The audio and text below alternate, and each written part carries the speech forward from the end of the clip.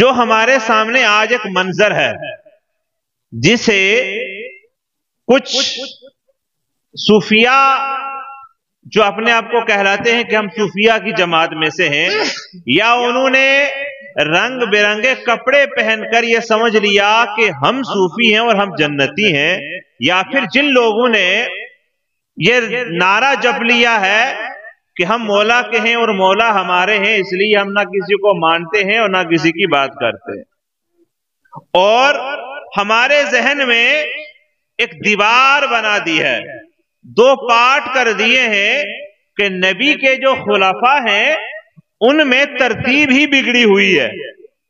معاذ اللہ، کیا کہتے ہیں؟ نبی کے جو خلفاء ہیں ان کی ترتیب بگڑی ہوئی ہے، پہلے والا لاسٹ والے نمبر پر ہے اور لاسٹ والا پہلے نمبر پر ہے۔ معاذ اللہ، جس طرح سے بھی وہ لوگ اس بات کو کہتے ہیں، اللہ رب العزت قرآن پاک میں ارشاد فرماتا محمد الرسول اللہ، محمد اللہ کے رسول ہیں، والذین معہ اشداء علی الکفار، اور جو لوگ آقا کے ساتھ ہیں وہ کفار پر بڑے سخت ہیں، کفار پر اتنے سخت ہیں، علامہ نعیم الدین مراد آبادی فرماتے ہیں کہ جیسے شیر شکار پر حملہ کر دیتا ہے ایسے ہی نبی کے ساتھ والے کفار پر سخت ہیں، اور ان کے اندر اتنی سختی تھی اس معاملے کو لے کر کے مولانا نعیم الدین مراد آبادی فرماتے ہیں کہ وہ اس بات کا بھی خیال رکھتے تھے کہ کہیں ہمارا کپڑا کسی کافر سے نہ لگ جائے اور ہمارا جسم کسی کافر کے جسم کے ساتھ نہ لگ جائے۔ نبی کے ساتھ والے اتنے سخت ہیں، ساتھ والوں سے مراد میں صرف 4 کی بات کر رہا ہوں، حضرت ابو بکر صدیق رضی اللہ عنہ، حضرت عمر رضی اللہ عنہ، حضرت عثمان غنی رضی اللہ عنہ، مولا علی شیر خدا رضی اللہ عنہ، یہ کفار پر بڑے سخت ہیں، لیکن ان کے درمیان کا جو معاملہ ہے اسے قرآن نے بیان کیا اور یوں بیان کیا، رب فرماتا ہے کہ آپس میں بڑی محبت رکھتے ہیں، آپس میں بڑے نرم دل ہیں، آپس میں ایک دوسرے کے لیے رنجش نہیں رکھتے، آپس میں ایک دوسرے کو برا نہیں جانتے، بلکہ ایک دوسرے پر جان قربان کر دیتے ہیں۔ بے شک حق یا رسول اللہ، زندہ باد، اللہ اکبر، یا رسول اللہ۔ اب آپ نے کیا سنا؟ ایک ایک بات سنیے پہلے۔ خلیفہ اول حضرت ابو بکر صدیق، توجہ میری طرف رکھیے بچوں، اٹینشن پلیز، چھوٹے بچوں ادھر میری طرف دھیان رکھیے، اگر نہیں بھی سمجھ میں آ رہا تو وہ چپ رہیے، بزرگوں کو تو سمجھ میں آ ہی رہا ہوگا، نوجوانوں کو سمجھ میں آ رہا ہوگا جو میں کہنا چاہ رہا ہوں۔ پہلے خلیفہ بولیے حضرت ابو بکر صدیق، بولیے پہلے خلیفہ ابو بکر صدیق رضی اللہ عنہ، دوسرے خلیفہ حضرت عمر رضی اللہ عنہ، تیسرے خلیفہ حضرت عثمان رضی اللہ عنہ، چوتھے خلیفہ حضرت علی رضی اللہ عنہ۔ یہ 4 ہیں۔ ابو بکر صدیق کی فضیلت کم نہیں اور حضرت عمر کی فضیلت بھی کم نہیں، حضرت عثمان غنی کی فضیلت بھی کم نہیں، اور مولا علی شیر خدا رضی اللہ عنہ کی فضیلت بھی کم نہیں۔ ہر ایک کا اپنا جدا جدا مقام ہے اور اللہ نے ہر ایک کو ایک الگ شان سے نوازا ہے، بے شک بے شک، کوئی فضیلت میں کم نہیں ہے، کوئی مرتبے میں کم نہیں ہے۔ اگر کوئی بندہ یہ کہے کہ مولا علی کی شان تو بہت بلند ہے اور باقی والے جو 3 ہیں خلفائے ثلاثہ ان کی عظمت و شان اتنی نہیں ہے، لیکن اسے یہ یاد رکھنا پڑے گا کہ جب قرآن یہ کہتا ہے صحابہ کے تعلق سے کہ رضی اللہ عنہم ورضوا عنہ، کہ رب فرماتا ہے اللہ ان سے راضی اور وہ اللہ سے راضی، تو جو اللہ سے راضی ہیں وہ مرتبے میں کم نہیں اور جن سے اللہ راضی ہے وہ بھی مرتبے میں کم نہیں، شان دونوں کی اعلیٰ ہے، اہل بیت اطہار کی بھی اور اصحاب رسول کی بھی شان اعلیٰ ہے۔ ابو بکر صدیق کی شان دیکھیے کہ آپ جب اسلام لائے، اسلام قبول کیا تو اپنے پاس جتنا مال تھا وہ راہ مولا میں حضور کے قدموں میں قربان کر دیا،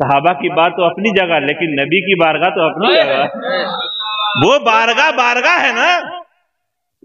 اعلیٰ حضرت نے اس کی طرف اشارہ کرتے ہوئے کہا نا، بڑے بڑے جتنے بھی ہیں وہ حضور کی بارگاہ میں اپنا سر جھکا کر کے رکھتے ہیں. ان کی فصاحت و بلاغت ساری پر پانی پھر جاتا ہے جب میرے حضور کے لب ہل جاتے ہیں. حضرت علی نے حضور صلی اللہ علیہ وسلم کی بارگاہ میں جب یہ عریضہ پیش کیا نا، تو میرے آقا نے فوراً ارشاد فرمایا، علی میرا اللہ بھی یہی چاہتا ہے.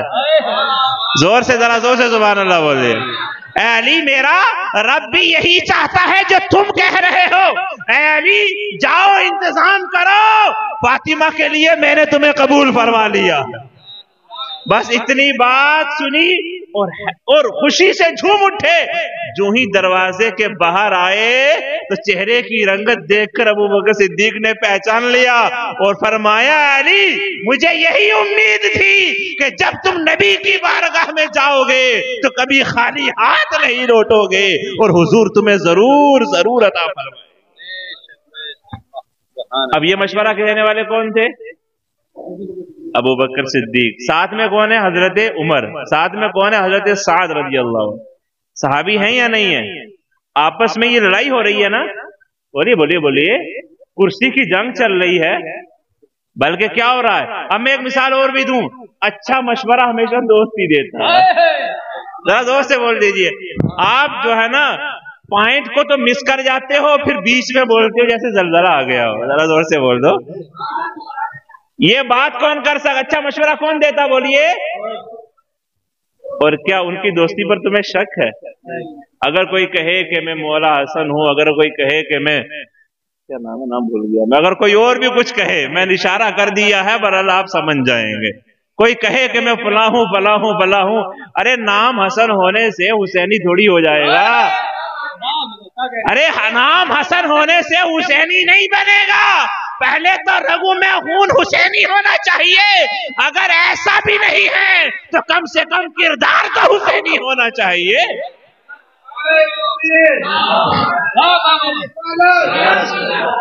اور بند کمرے میں بیٹھ کر کے کردار کا پتہ نہیں چلتا، اور ایک ہی گاؤں کا چکر لگا کر کردار کا پتہ نہیں چلتا. جب علماء کی محفل میں بیٹھے گا، سادات کا سامنا کرے گا اور مسئلہ کے حق کے سامنے آ کر اپنا موقف بیان کرے گا، اور اگر سارے علم کو پٹلیا میں باندھ کر تو گڈھے میں نہ پھینک دے تو میں بھی نبی کے حال کا ایک فرد نہیں ہوں. اللہ اکبر یا رسول اللہ. زندہ باد زندہ باد زندہ باد. سبحان اللہ. چیز میں اور عرض کر دوں، صحبت کا اثر ہوتا ہے. کیا کیا؟ صحبت کا، توجہ توجہ، صحبت کا اثر ہوتا ہے. اب میں آپ کو نصیحت کرنا چاہتا ہوں، چاہے کیسا بھی ہوں نصیحت تو کر سکتا ہوں، قبول کر لو گے؟ نصیحت میری یہ ہے کہ صحبت صالح تورا صالح کند اور صحبت طالح تورا طالح کند. اچھو کی صحبت اچھا بناتی ہے اور برو کی صحبت برا بناتی ہے. وہ اچھی صحبت ہے کون سی؟ اچھی صحبت وہ ہے جو عالم کی صحبت ہے، اور بری صحبت وہ ہے جو جاہل کی صحبت ہے. اب مجھے آپ بتائیے، الحمدللہ ثم الحمدللہ 10 سال ہو گئے مدرسے میں. علماء اہل سنت مجھ سے بڑے بڑے اکابرین جو ہے اہل سنت کے 12 سال 15 سال لگا کر کے آئے. اور ایک شخص ہے جو مدرسہ کبھی نہیں گیا، تقریر سن لی، تعمیر ادب پڑھ لی، یا پھر اس نے کوئی خطبات کی کتاب میں سے کوئی ایک آدھ چن لی، اور پھر کیا کہا، آؤ میں تمہیں بتاؤں حضرت ابو بکر کرسی پر جو بیٹھے، جو مسند خلافت پر بیٹھے، وہ صحیح نہیں، کیونکہ حضور نے تو کہہ دیا تھا کہ خلافت کی حقدار مولا علی ہیں. اور حدیث کون سی بیان کر دی کہ حضور نے فرمایا من کنت مولا فہذا علی مولا، جس کا میں مولا ہوں اس کا علی مولا۔ میں کہتا ہوں اس میں کوئی شک نہیں، میرے حضور نے فرمایا جس کا میں مولا اس کا علی مولا۔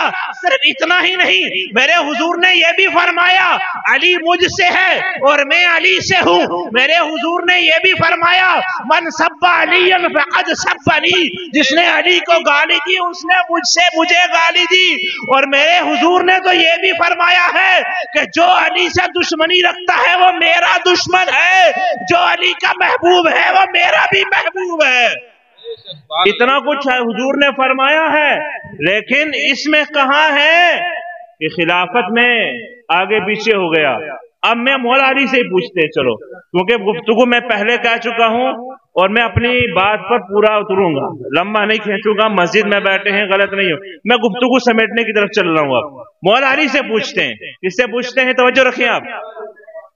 اب میں پوچھنے والا کیا ہوں پتا ہے؟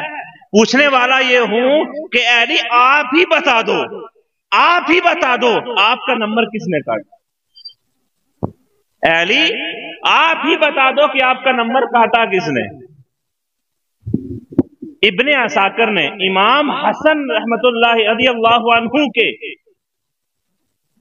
روایت کردہ کو بیان کیا ہے، امام حسن رضی اللہ عنہ سے روایت کیا۔